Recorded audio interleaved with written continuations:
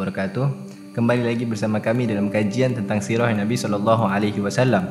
Di episod kali ini kita akan membahas tentang wafatnya dua orang yang paling dicintai oleh Nabi SAW. Pada tahun ke-10 dari kenabian, wafatlah Sayyidatuna Khadijah radhiyallahu taala anha. Maka Nabi Muhammad SAW pun sangat sedih atas kewafatannya, kerana Nabi sangat mencintainya. Dan Sayyidina Khadijah juga termasuk orang yang membela Nabi daripada kaum Quraisy, orang yang membantu Nabi untuk menjalankan proses dakwah Nabi, mengajak orang beriman kepada Allah Subhanahu wa taala. Akhirnya setelah berlalu 1 bulan lamanya, wafat pula pamannya yang bernama Abu Talib, dan Nabi Muhammad SAW sangat sedih atas kewafatannya. Maka dinamakanlah tahun ini sebagai Amul Huzun, tahun kesedihan, kerana Nabi SAW ditinggalkan oleh istrinya dan pamannya. Maka tatkala kaum Quraisy mendengar kabar tersebut, kaum Quraisy mulai bertambah menghina Nabi, mencaci Nabi, mengejek Nabi, dan mengganggu proses perjalanan dakwah Nabi SAW. Sehingga mereka menaburkan tanah di atas tubuh Nabi, menaruh kotoran hewan di atas tubuh Nabi ketika Nabi sedang solat.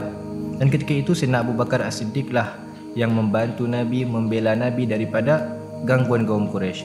Sayyidina Abu Bakar As-Siddiq mengatakan, ataqtuluna rajulan an yaqula rabbi Allah. Apakah kalian akan membunuh orang yang mengatakan Tuhanku adalah Allah Subhanahu wa taala? Maka setelah beberapa lama kaum Quraisy masih mengganggu Nabi, menghina Nabi, mencaci Nabi, Nabi SAW pun berkeinginan untuk hijrah ke Bani Thaqif, ke kota Taif, untuk meminta bantuan dan meminta perlindungan. Di dalam riwayat, Nabi SAW hijrah ke kota Taif bersama Sayyidina Zaid bin Harithah. Ada riwayat lain mengatakan bahwasanya Nabi SAW hijrah ke kota Taif sendiri. Akhirnya tatkala Nabi SAW hijrah ke kota Taif, Nabi SAW bertemu dengan pembesar-pembesar Bani Thaqif, iaitu ada 3 orang. Yang pertama Abdul Yalil bin Amr bin Umair, Mas'ud bin Amr bin Umair, dan Hubayb bin Amr bin Umair. Nabi SAW bertemu dengan mereka, mengajak mereka untuk beriman kepada Allah Subhanahu wa taala, mengajak mereka untuk menyembah Allah Subhanahu wa taala dan tidak menyekutuai Allah Subhanahu wa taala. Akhirnya mereka menolak Nabi dengan penolakan yang sangat keras. Mereka membantah Nabi, bahkan mereka menyuruh hamba-hamba sahaya mereka, budak-budak mereka, dan anak kecil daripada mereka untuk melempari Nabi dengan kotoran, bahkan batu. Sehingga Nabi duduk di kebunnya Utbah bin Rabi'ah dan Syaibah bin Rabi'ah. Tatkala Nabi SAW duduk di kebun kurmanya milik Utbah bin Rabi'ah dan Syaibah bin Rabi'ah, mereka berdua melihat Nabi sedang duduk sendirian. Akhirnya mereka kasihan melihat Nabi. Tergeraklah sifat kasih sayang mereka kepada Nabi SAW. Sedangkan mereka termasuk orang yang membenci Nabi SAW, orang yang tidak menerima, orang yang menolak dakwah Nabi SAW. Akhirnya tatkala mereka melihat Nabi SAW sedang duduk sendirian, mereka memanggil budak mereka, budak Nasrani mereka yang bernama Adas, itu. Akhirnya mereka mengatakan kepada budak tersebut, wahai Adas, huz kitafan min hadzal inab fadhahu fi hadzal tabaq thumma dhhab ila dzalika rajul fakul lahu liyakul minhu. Wahai Adas, engkau ambil buah kurma tersebut, engkau masukkan ke dalam bakul, kemudian engkau kasihkan kepada laki-laki yang sedang duduk di situ. Akhirnya fa'ala Adas, maka Adas pun melakukan apa yang diperintahkan oleh tuan mereka. Akhirnya tatkala Adas meletakkan buah tersebut di hadapan Nabi, Nabi SAW pun ditawarkanlah buah tersebut kepada Nabi untuk makan. Akhirnya Nabi SAW pun mengambil buah tersebut dan mengatakan Bismillah. Nabi Muhammad menyebut nama Allah Subhanahu wa taala.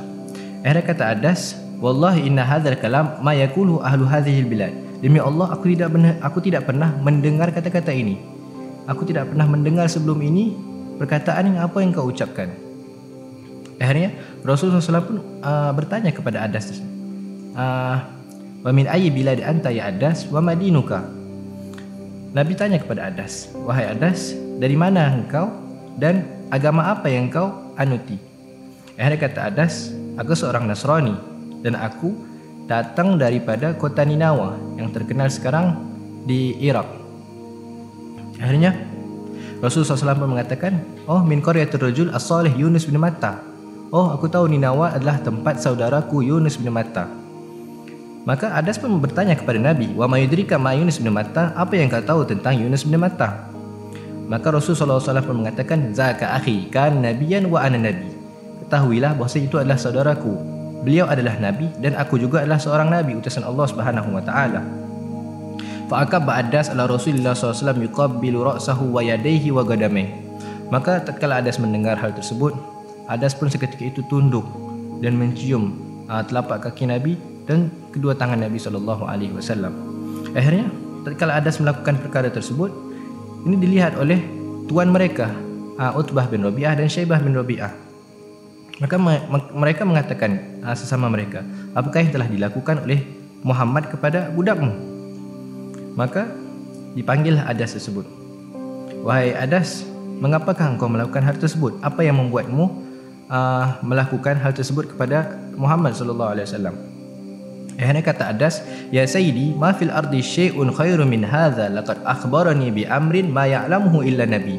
Wahai tuanku, demi Allah, tidak ada di bumi ini yang lebih baik daripada perkara tersebut. Sungguhnya dia memberitahu aku perkara yang tidak diketahui oleh siapapun kecuali nabi. Maka kata tuan mereka, demi Allah, sesungguhnya Muhammad telah merusakmu, Muhammad telah menyihirmu, Muhammad telah membohongimu. Maka dari situlah Adas menjadi sahabat yang pertama kali bertemu dengan Nabi dan ketika itu juga terakhir dia bertemu dengan Nabi SAW. Mungkin ini saja yang bisa kami sampaikan. Semoga bermanfaat. Hadza wa minkum. Assalamualaikum warahmatullahi taala wabarakatuh.